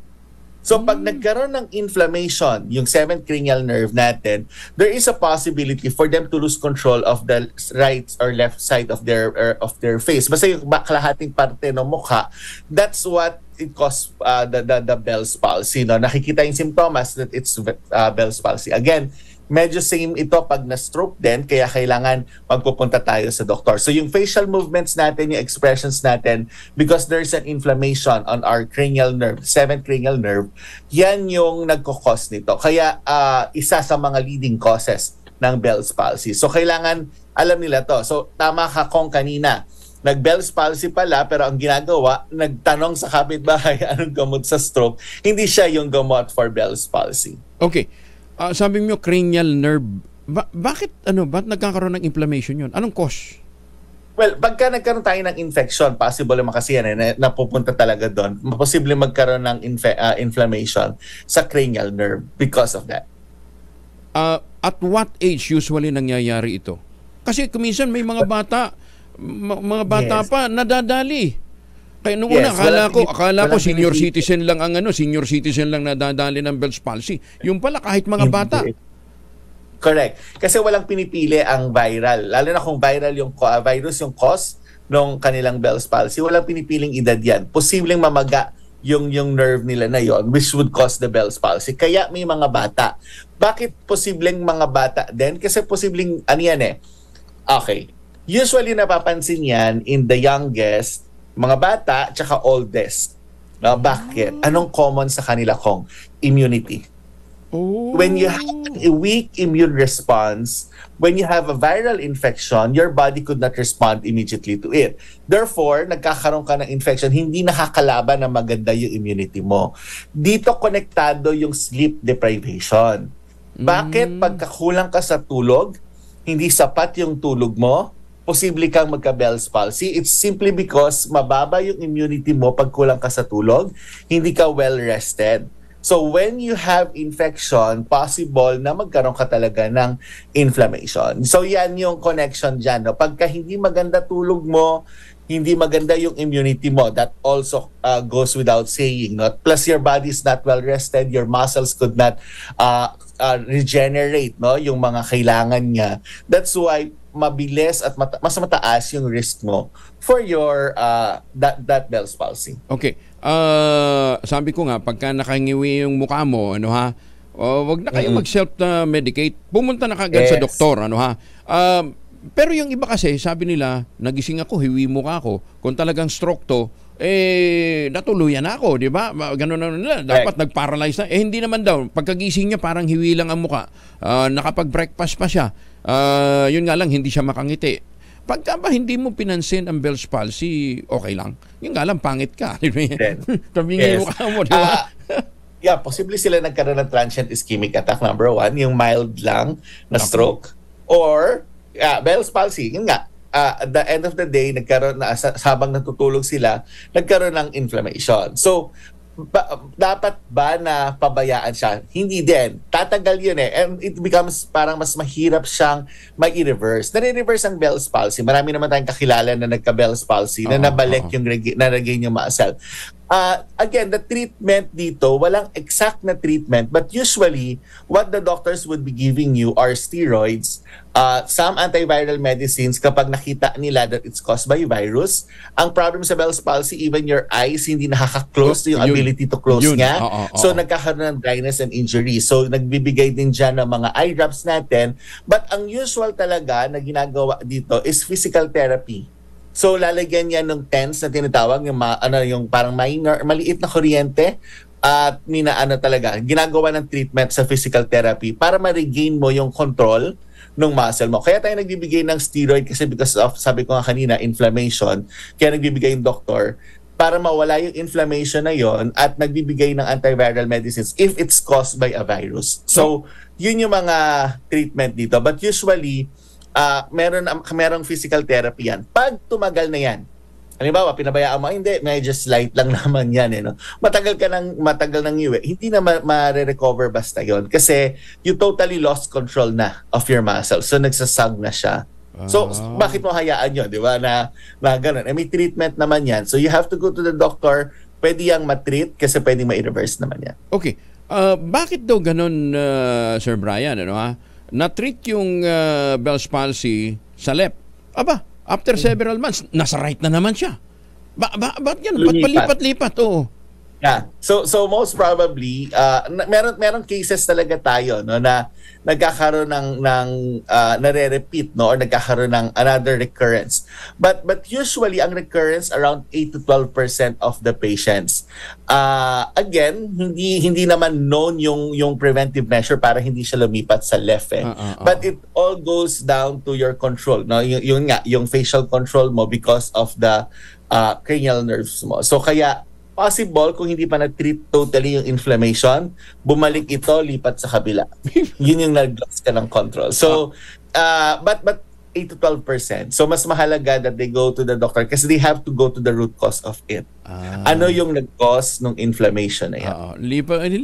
Loko pala yung Bell's palsy na yan. Pwede lipat bahay, lipat-lipat, papaling-paling. Pero ang bottom line, sabi nyo nga, kahit pa sa sleep deprivation yan, is pagbaba ng immunity mo. Correct. Okay. Correct. Ang sinasabi mo kasi, Sir Brian, ang Ultabio nag-a-activate ng 4 na immune system mo? O nag-a-address sa 4 na yung immune response? So basically kasi si Ultabio, what Ultabio does is yung plasmacytoid dendritic cell natin, no? Yan yung ina-activate niya once your Ultabio goes in your body, no? So the role of of the activation of plasmacytoid dendritic cell on a safe level in the immune system really helps in improving your immunity. So yung iba't ibang cells natin, yung beta cells natin, natural killer cells natin, helper T cells, they are all activated. Therefore, your immunity, hindi kagaya ng mga ordinary vitamins, no, na usually NK cells. Ito kasi si postbiotic Ultabio, it activates your PDC, it strengthens your PDC, therefore mas comprehensive yung immune system natin. So ang ginagawa niya is kapag meron kang infection, kagaya ng banggit kanina, it's possible it's viral infection, it can defend your body. Aside from that, when you activate kasi your PDC, it also produces type 1 interferon, which plays a crucial role in antiviral immunity. Kaya pag tinitingnan nyo yung mga materials namin, we say next infection, inflammation, and provide good quality sleep. No, that's how it works. Plus the fact nga na when you have a good sleep, your immunity is also strengthened. So that's why it's very effective. That's why a lot of people are experiencing good things about when they're taking Ultabio. Ang dami na ko ngayon na minsan parang may mga tatawag sa amin after 2 days, 3 days silang sinusubukan, talaga ramdam kagad nila yung effect. Mas malakas sila, hindi nanghihina, hindi nagkakasakit. Plus ang ganda ng tulog nila. It's because of this. There's wonder really when you have good quality sleep, a lot of your things will be resolved. That's number one. Kaya maganda, mahimbing yung tulog natin, maganda yung tulog natin. Plus since it's the double protection, it's activating your PDC. Ang ganda ng immunity. So if you want to prevent also Bell's palsy, malaking tulong that you have your postbiotic food supplement na Ultabio. Specific yan ko nga, hindi lahat ng postbiotic activates PDC. It's the active ingredient of Ultabio, the Lactococcus lactis strain plasma. That's what works wonders dito sa gamot na to, dito sa food supplement na to. Ayun, ulitin natin food supplement po ito wala po siyang therapeutic claim. Pero sabi nga nagagalit sa akin yung isang kaibigan kong biyudo Sabi niya, ikaw walang hiya ka. Bakit? Mula nung nirecommend mo yung pagtitake ko ng Ultabio, sumarap ang tulog ko. Ayaw mo pa nun? Di ba? Na sumarap ang tulog mo. Sabi niya, ang problema nga, sumarap ang tulog ko, gumandang pahinga ko. Di ba? Sumigla si Junior. Saan ko gagamitin to, Aber? Sabi ko, bakit naman ako problema niyan? Di ba? Sabi mo ko magka-14 na, hanap na siya ng kadate. Pwede siyang pumila. So, bakit naman ako problema? Loko. Di ba? Gagawin pa akong bugaw. Di ba sabi ko, tinulungan na nga kita. Gusto mo pa ako. Anyway, basta ito. Pero talagang wala pang findings para, kasi di ba sabi mo nga, pati mga bata na dadali ng Bell's palsy, hindi pa siya rekomendado sa mga bata. Alam pa? Ang Ultabio, based on studies kasi sa Japan, binibigay siya even to school children. Okay. So halimbawa, mga grade schoolers, may kids, both of them, 7-year-old, 9-year-old, kasama yan sa iniinom nila sa gabi. We're giving them 1 capsule. Kaya lang kasi when we registered here in the Philippines, dahil bago, what we did is we register it for adult. Kaya naka-adult siya. But currently, we're moving na i-include na yung mga bata. Kasi sa Japan, it's a part of their drinks. So, it's safe. Hindi. Kasi sabi mo nga, kung ang Bell's palsy tumadali sa mga bata, weak yung immunity nila, bakit hindi natin sila tulungan, di ba? Why wait? Anyway, sige. So, pagka meron ng ganong informasyon, paki-notify ho kami, ha? Sir Brian, thank you for joining us, ha? Magandang umaga po. Thank you, Kong. Thank you sa mga tagapakinig natin. Maraming salamat. Si Brian Posadas po ay isang pharmacist, eksperto ho sila pagdating ho sa mga pagdidispense ho ng mga gamot at mga food supplement. Kasi kaya nga kayo, pag pupunta ho kayo ng butika, tanongin nyo muna, ano bang side effect nitong pinaiinom ho sa akin? Yan, pinatitake sa atin para maipaliwanag. Ngayon, kung wala ho kayong makuhang sagot, mag-text ho kayo dito. Numero ito, 0917-110-6580. Ulitin natin, 0917-110-6580. Anything na may kinalaman sa gamot o sa inyong mga tinitake na mga vitamins, mga nutritional supplements, itanong ho ninyo dyan para humagamayan ho kayo ng ating pong mga medical experts. Ayan. Salamat po! Magandang umaga, Pilipinas! Hindi ko talaga makakalimutan yung lokong ko kaibigan. Sabi siya, biyudo na ako anong gagawin ko rito? Sabi ko, gusto mo, pakilala ko sa iyo lola ko. Tumanggi loko, choosy. Maganda umaga, Pilipinas! 14 na minuto na makalipas ang alas 5 ng umaga. Champion, gawang Pino dyan sa Shuttle, Washington. Kumusta ho yung mga Pilipino? All over America, kung nasaan man ho kayo ngayon dyan, ha? At saka sa mga suki natin dyan sa Canada, magandang umaga. Kaya lang, wala yatang family alcohol doon, ano ha? Proteksyon na natin ang pamilya laban ho sa mikrobyo. Dalawang formulation ng family alcohol na pwede nating pagpilian. Yung family 70% ay isopropyl alcohol, especially prepared for clinics, hospital, pharmacies, laboratories, pero okay na okay din po sa households. Very effective yan sa disinfection at sterilization. Ganyan ang bagsik ng family 70% ay isopropyl alcohol. Maghapon man natin gamitin, no problem. Hindi po manuno yung ating mga kamay dahil meron po itong moisturizer. Yun namang mabagong family rubbing compound improved alcohol. Yan po yung mabagong isopropyl alcohol na ginagamit ng mga masahista, mga barbero, mga doktor, mga nurse, mga komedrona for sponge, bathing, and other cleansing purposes. Family rubbing alcohol parang DZRH book na sa mahabang panahon. Mabibili sa namang butik at convenience stores nationwide. Family rubbing alcohol, hindi lang pampamilya, pang sports pa. And speaking ho of sports, wala akong kinalaman sa sports to. Pag-uusapan ho natin ay yung pong road safety at saka roadworthiness ng mga jeep na ayaw nga pong sumalang sa modernization, Pangalawa, yung nauuso po ngayon ng mga motor taxi, yung mga huwag na nating banggitin yung brand, yung pangalan ng kumpanya. Kasama natin si Attorney Jesus Bongsontay, Congressman ng Quezon City. Yan, itong pinagmamalaki namin, Congressman ng Quezon City, Attorney Bongsontay. Congressman Bong, magandang umaga po sa inyo. Good morning, Angelo. Morning. Kumusta ba kayo? Ayos naman tayo. Gaano pa karami ang miyembro ng Philippine National Taxi Operators Association, Kong? Well, yung members natin, we represent around 14,000 vehicles. Okay. That's nationwide? Yes, that's nationwide. Nationwide. Actually, kumonti na nga yan dahil dati ang total na units na nire-represent ang association natin is around 17,200 Pero marami na sa mga sasakyan hindi bumabiyahe. Kaya it's down to 14,000. Bakit hindi bumibiyahe? Well,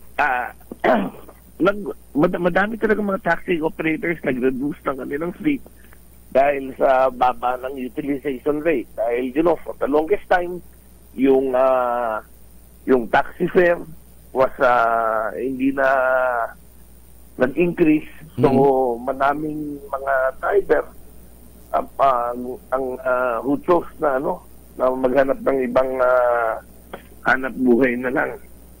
Pero teka, di ba Congressman Bong, di ba marami pa rin namang mga taxi ngayon? Ginagamit din siya, nagdo-double up din siya as for Grab.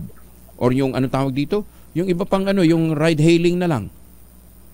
Yes, marami pang madami pa naman taxi. Although, ngayon kasi, dumami na yung mga denominations dahil hindi lang yung mga TNVS, meron na tayong mga motorcycle taxi rin, meron ng mga deliveries, so karamihan ng mga driver ng taxi, may mga motorsiklo yan So dahil ngayon, yung kikitain nila sa paglabas ng taxi at if gamitin nila yung sarili nilang sasakyan para na lang mag-deliver o kaya i-utilize siya for motorcycle taxi, ganun din yung kikitain nila. So, imbis na mag-boundary sila sa taxi, ginagamit na lang nila yung sarili nilang sasakyan. Pero nga po, ang problema ho dito yung safety, kasi wala pa ring standard na yun yung point natin. Hindi katulad sa ang taxi ba nire-regulate pa rin ho kayo pagdating ho sa standard ng safety? Yes. Oo, totoo yun, nire-regulate pa rin. In fact, that was also questioned, alam mo, nung unang nangyari na pinayagan nilang ibiyahe yan. That was also questioned na delikado yung yung paano i-regulate ng LTFRB yung safety ng mga mananakay dahil ang pag nakaangkas ka sa motorsiklo, ang protection mo yung helmet lang. Helmet lang at saka kumatino yung driver. pag hindi maayos yung driver, bahala, goodbye ka, di ba? Yun yung isa sa mga concerns. Kaya nga, so ito ho pala, na-raise na rin ho ng mga taxi operators ho natin. Yes. Oo, dati pa. Alam mo, in fact, maswerte lang nga dahil dito sa atin, hindi masyadong na-document yung mga aksidente na nangyayari sa mga gumagamit ng motorcycle taxi. Pero in fact, kung na-document lang ng media, both ng media at ng LTFRB, alam mo, madami na yung mga na-aksidente. Tsaka yung extent ng damage doon sa mga biktima would be another story. Kasi iba yung pagkahalimbawa, nabangga yung taxi, di ba? May hood at saka may bumper sa likod. May protection ka. Nakasakay ka sa loob. Dito, tilapon ka lang eh. Wala naman seatbelt yun eh. Kaya dapat talaga mapagtuunan ho ito ng pansin. By the way, gaano karami na ang taxi natin na nag-convert sa EV? Na EV na meron ba? Ngayon dito sa atin wala pa. Wala. Because ang problema pa rin natin dito, Andres, ang problema natin is yung mga charging stations. We still don't have charging stations. At dito ang mga taxi natin at an average sa isang araw, ang kilometers that they consume is between 300 to 350 kilometers. So kinakailangan ng andun yung takot nila na hindi mo pa rin maaalis na meron mga pasahero na gumagamit ng taxi, nagpapahatid outside Metro Manila. So ang fear ng mga drivers, pag gagamit sila ng EV, wala silang mapapag-chargean ng kanilang mga sasakyan. Tsaka mahal pa rin talaga, di ba? Mahal pa rin yung mga EV vehicle. Pero hybrid, yung hybrid, hybrid mahal pa rin eh. 'Di ba? Gusto natin ng malinis na kapaligiran na ini-introduce ang hybrid, ang EV, kaso ang mamahal pa rin eh. 'Di ba? That's true. In fact, although alam mo, nasubukan namin yung hybrid na sasakyan, matipid talaga dahil ang natatakbo ng isang sasakyan is up to around 90 kilometers to a liter of gasoline. Ang nagiging problema nga lang dahil sa ngayon mahal pa yung mga sasakyan na hybrid dahil nga kagaya ng na-mention ko kanina, because yung taxi fare yung taxi fare hindi tumataas, so hindi mababawi hindi mababawi yung cost ng vehicle. O nga, magkano ngayon? Magkano flag down rate? 40? Yeah, 40 pesos ang flag down rate. Tapos nun yung for every kilometers na tinatakbo is 250. Panahon pa ni Kopong-Kopong yun Yes. Alam mo, yung huling bigay sa amin ng fare increase was way back noong 2017. Gano'n katagal? Ilang beses na? Ilang beses lang tumaas yung presyo ng gasolina. Yun nga yung sinasabi namin sa LTFRB. You know, we are requiring na gusto natin na ang mga driver disente, mahuhusay, magaganda yung sasakyan na ginagamit natin to ferry passenger. Lahat ng operator gustong ibigay yan. I remember nung una kami nagsisimula mag-operate ng taxi. Alam mo, ang mga driver, ang requirement niyan, dapat naka-polo shirt na pula, may puti na t-shirt sa loob, black pants, black socks, black shoes. Dati, nako-comply ng mga driver yan, because dati, malaki yung kinikita ng mga taxi driver at talagang ganado silang maglabas ng taxi. Kaya nagko-comply sila dun sa uniform requirement. So, ngayon, magkano take-home pay? Usually? ngayon maswerte na yung mga driver natin, maka take home sila ng 700 pesos. Ang problema, pag sinabi, parang okay naman yung 700 pesos. But we have to consider every other day lang. Yun. Parang 350 lang talaga yun. A day, ang baba nga naman, ano ha? Hindi, tsaka paano nga natin matutugunan yung pagmo-modernize ng fleet kung wala ka naman pagbabawian dahil ang baba ng plug round date. That's true. Sana bumalik kayo ng Congress para ma-address natin to. Di ba? Yeah. Mukhang kinakailangan talagang mag-ingay ho kayo dun para mapansin ho itong concern na ito ng mga taxi ho natin. Ano ha? More than anything, it's an industry at saka sa buong mundo. Ano ho? Iba ho talaga ang taxi services. Di ba? That's true. Bagamat talagang kaya kawawa naman yung both yung drivers at saka yung operators at kailangan if we want na this industry to level up, kailangan mapakinggan din yung mga pangangailangan nila pagdating naman sa doon sa of all things, pagka-negosyo kailangan may ROI So, kung hindi makaka-ROI, both yung driver at yung operators, then we cannot expect the industry. Anong status nung petisyon nyo sa LTFRB? Wala, it has been pending. Alam mo, yung petition for fair increase namin has been pending for the past 3 years. In fact, nag-file na kami ng urgent motion to resolve. Wala pa rin. Talaga? 3 years na, ha? Wow. Yes, oo. Ilang beses na nagtaas baba ang gasolina at saka mga mga spare parts. Yung inyo wala pa rin nangyayari. Ay, sus, may ginawang buhay ito. Balikan na ng Congress. Balikan na ng Congress para ma-actionan itong mga ganitong concern. Totoo. Anyway, Kong, maraming salamat. Update nyo kami pag baka sakali namang medyo tinablan ng hiya ang LTFRB. Dinggin na itong inyong petisyon. Thank you. Maraming salamat po. Maraming salamat. Thank you very much. Si Congressman Bong Sontay, ang congressman ng Quezon City, presidente po ng Philippine National Taxi Operators Association. Maganda umaga, Pilipinas! Nasa Bataan ang Bureau of Customs sa mahigit 3,000 liters ng smuggled na unmarked fuel sa Bataan. Umabot ng 10.5 million pesos ang halaga. Ayon sa Bureau of Customs Intelligence and Investigation Service Manila International Container Port, inimbestigahan nila ang operasyon ng isang gasolinahan sa Barangay Batang sa Abukay, katuwang ang National Bureau of Investigation. Lumalabas na hindi pasado sa fuel marking test ang nasabing mga petrolyo matapos itong dalhin sa SGS Mobile Laboratory Clinic sa Subic para kumpirmahin ang legalidad nito. Meron palang ganun, ha?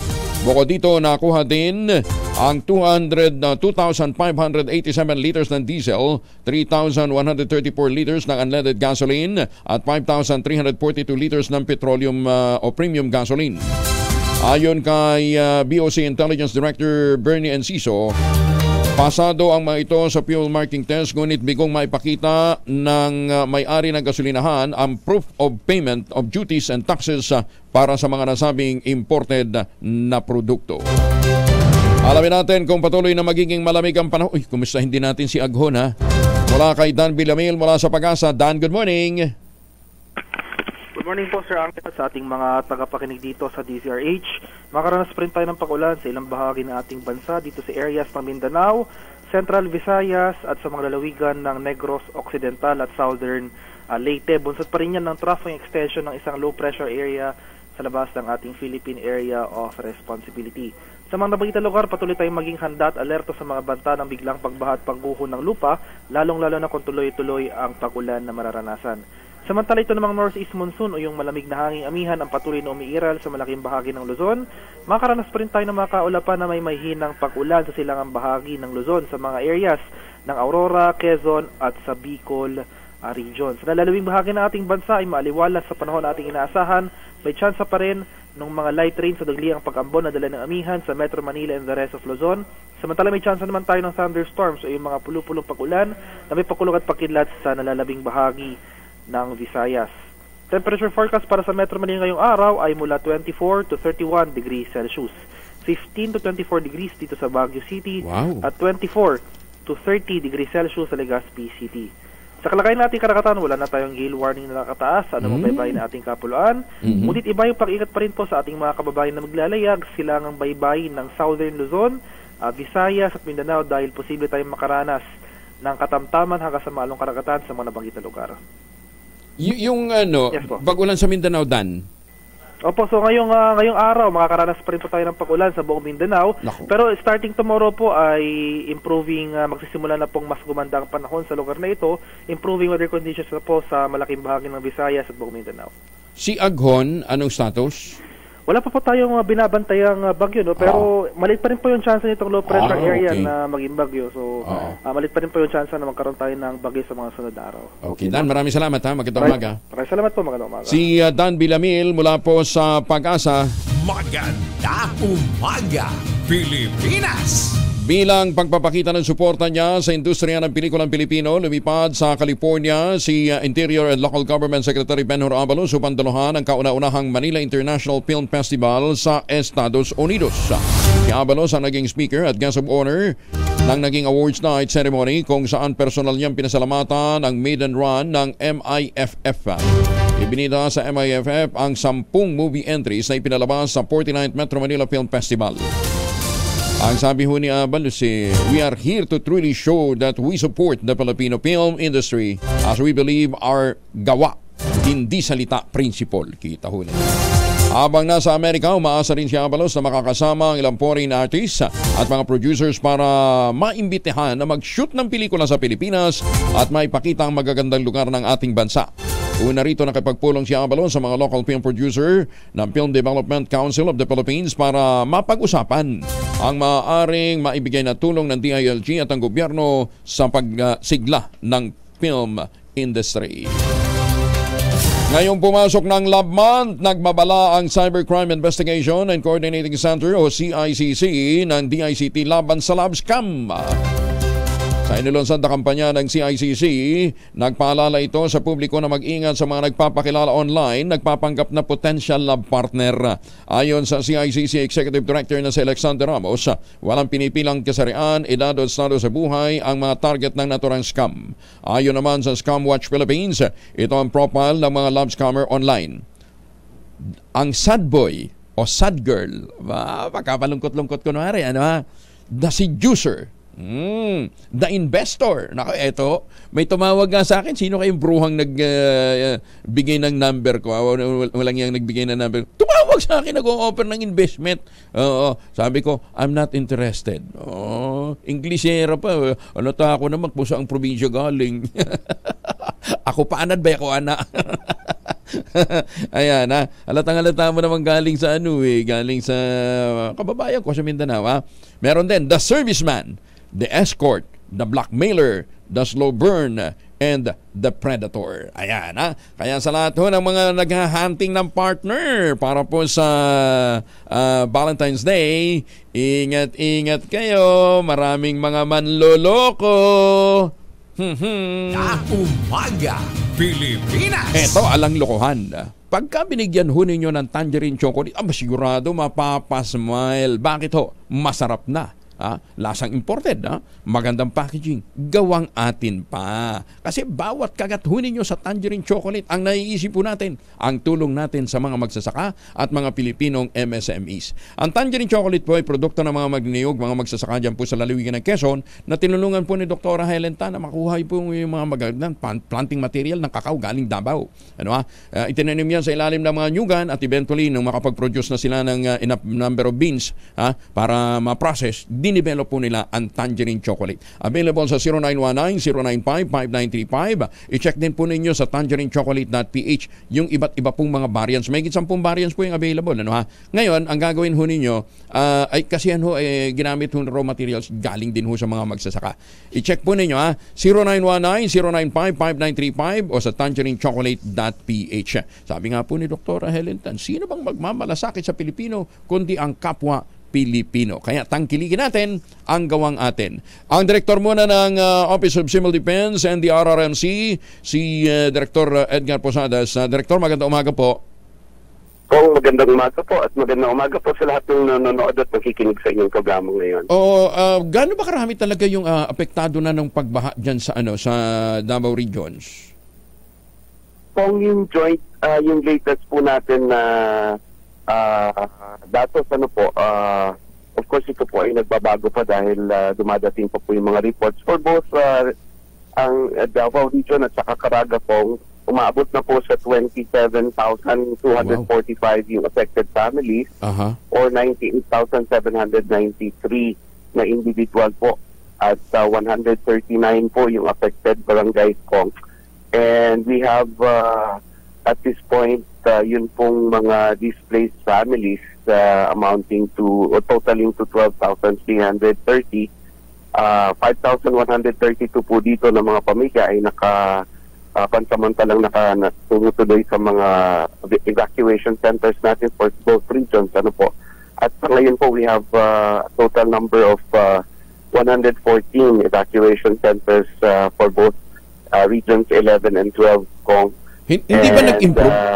Director, hindi nag-improve ang hindi pa nag-i-improve ang weather?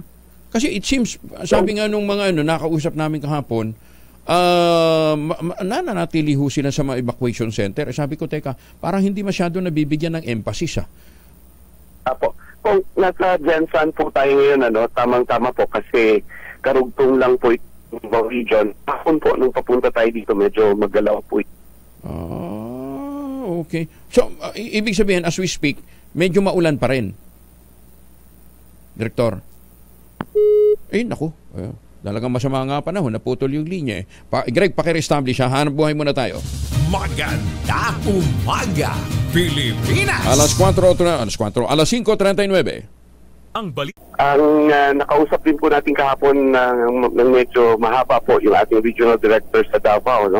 Kasi kung ang nangyari po, noong di ba sunod-sunod pong 3 araw, noong pong Wednesday, doon po talaga yung talagang nagsimula po na bumaha doon sa mga areas na low-lying dito po sa 3 Davao provinces at yung bandang gabi po dito naman po sa Davao City.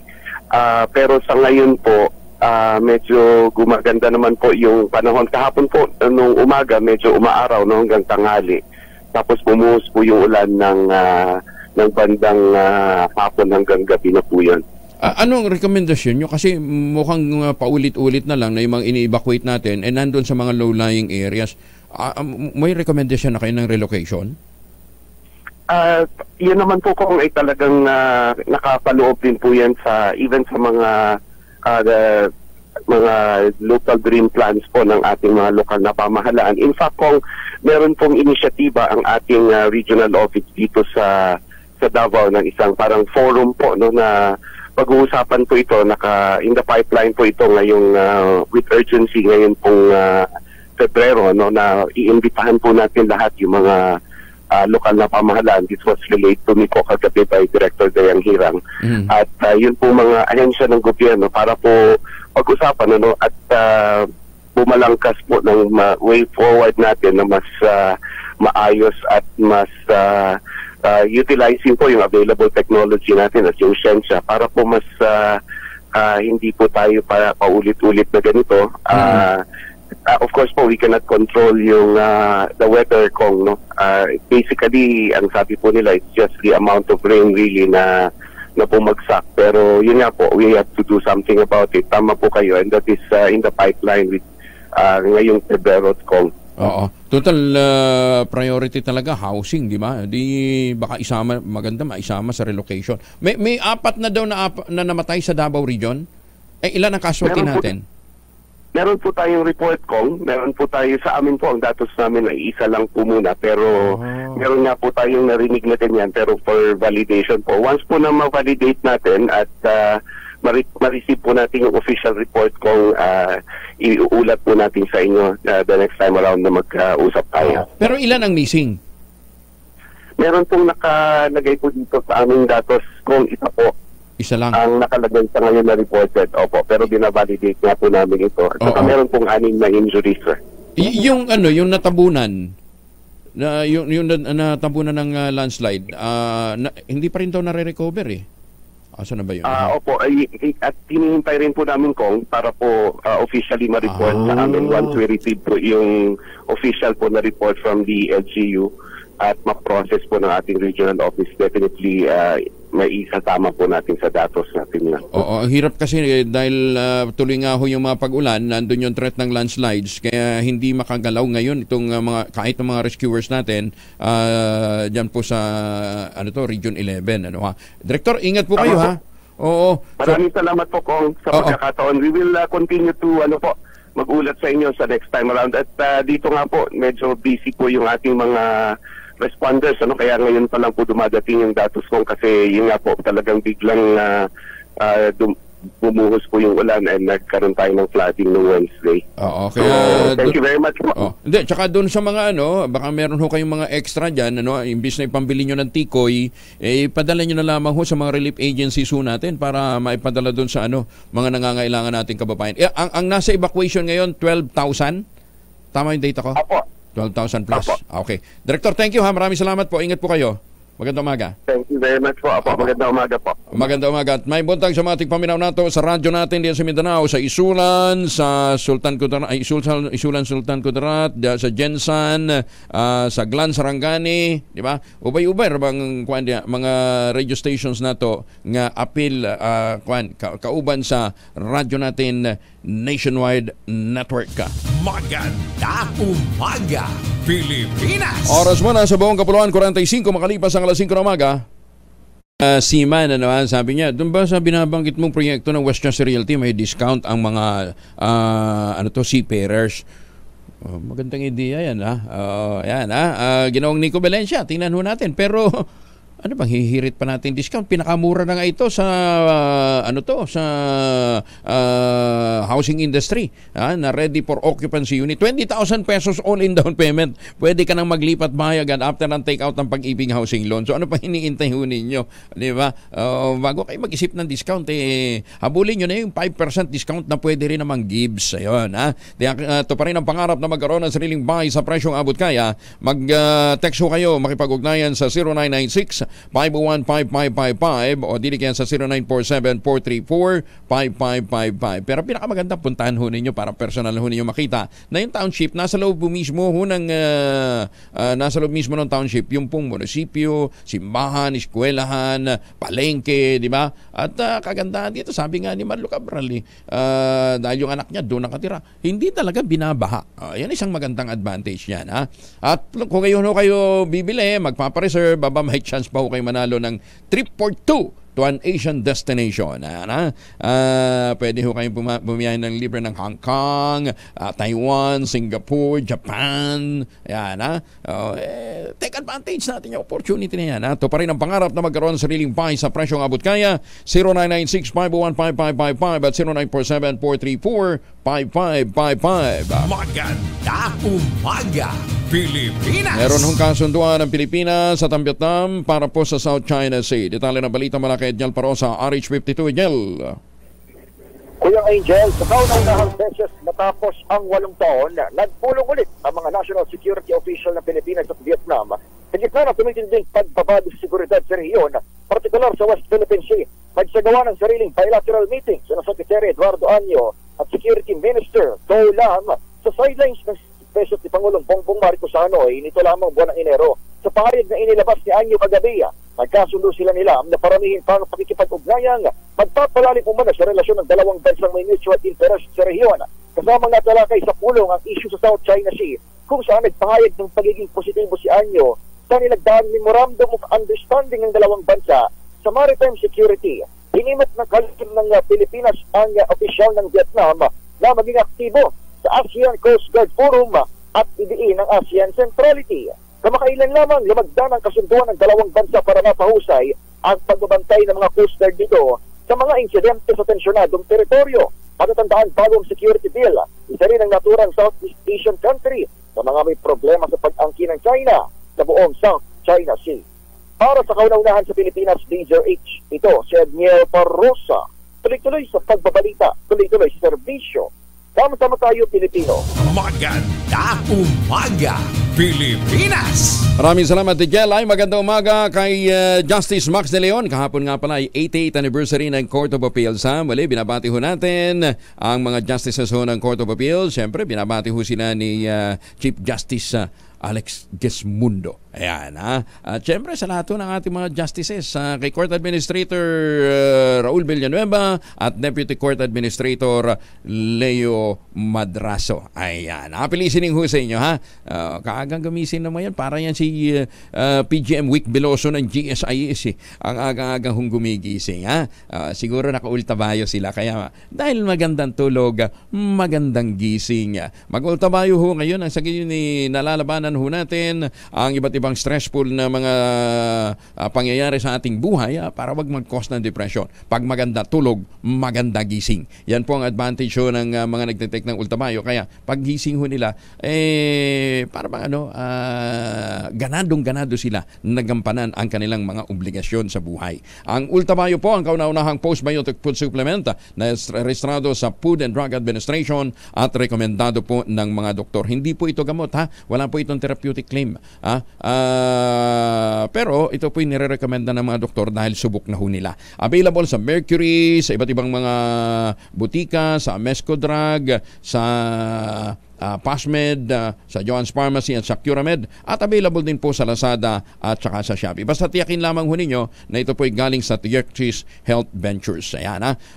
Para ho sa mga concerns ho ninyo, mga katanungan ho ninyo sa kalusugan, mag-text sa 0917-110-6580. Maganda umaga, Pilipinas! -5 bago po mag-aces ng umaga. Natin to report ni Edwin Duque dahil may libreng rehistro ng birth certificate sa lahat ng mga taga-Malabon. RH23, Edwin, may butag. Dahil buntag ko yung Angel, kasabay ng pagdiriwang ng 34 Civil Registration Month ngayong Pebrero. Inahandog ngayon ng Malabon Local Civil Registry ang programang libreng rehistro ng birth certificate para sa mga taga-Malabeñas at ipinanganak sa Malabon.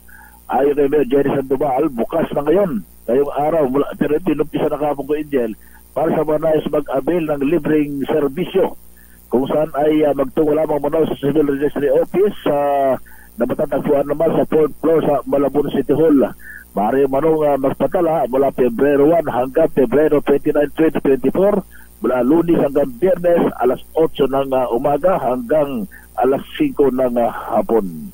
Wala pa rin sa kaulanan sa Pilipinas. DZRH ako sa S23. Edwin Duque, tuloy-tuloy sa pagbabalita, tuloy-tuloy sa serbisyo. Sama-sama tayo, Pilipino. Maraming salamat, Edwin.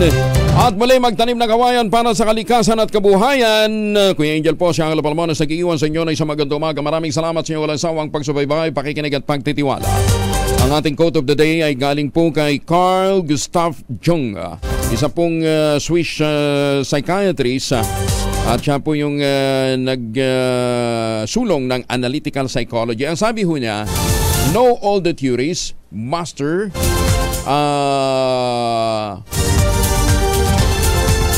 know all the theories, master all the techniques. But as you touch a human soul, be just another human soul. Ano naman daw po yung mga ginagawa ho natin ngayong mga expertise ba tayo sa cha-cha, expertise natin sa kung ano-ano sa politika. Pagka tayo na ho nakikipag-ugnayan sa isang tao, you touch the human soul.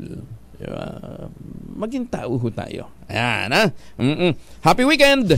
Maganda umaga, Pilipinas! At bago tayo magpaalam, nabalitaan nyo ba yung nilulutong bago na Manila Broadcasting Company? Naku, ilang araw na lang, 4 days to go na lang. Abangan po natin sa mga susunod na araw. Siyempre, kasama pa rin ho ang DZRH, DZRH TV at ating mga kapatid na iba't ibang FM stations nationwide. 2x2 in just a while. Maganda umaga, Pilipinas!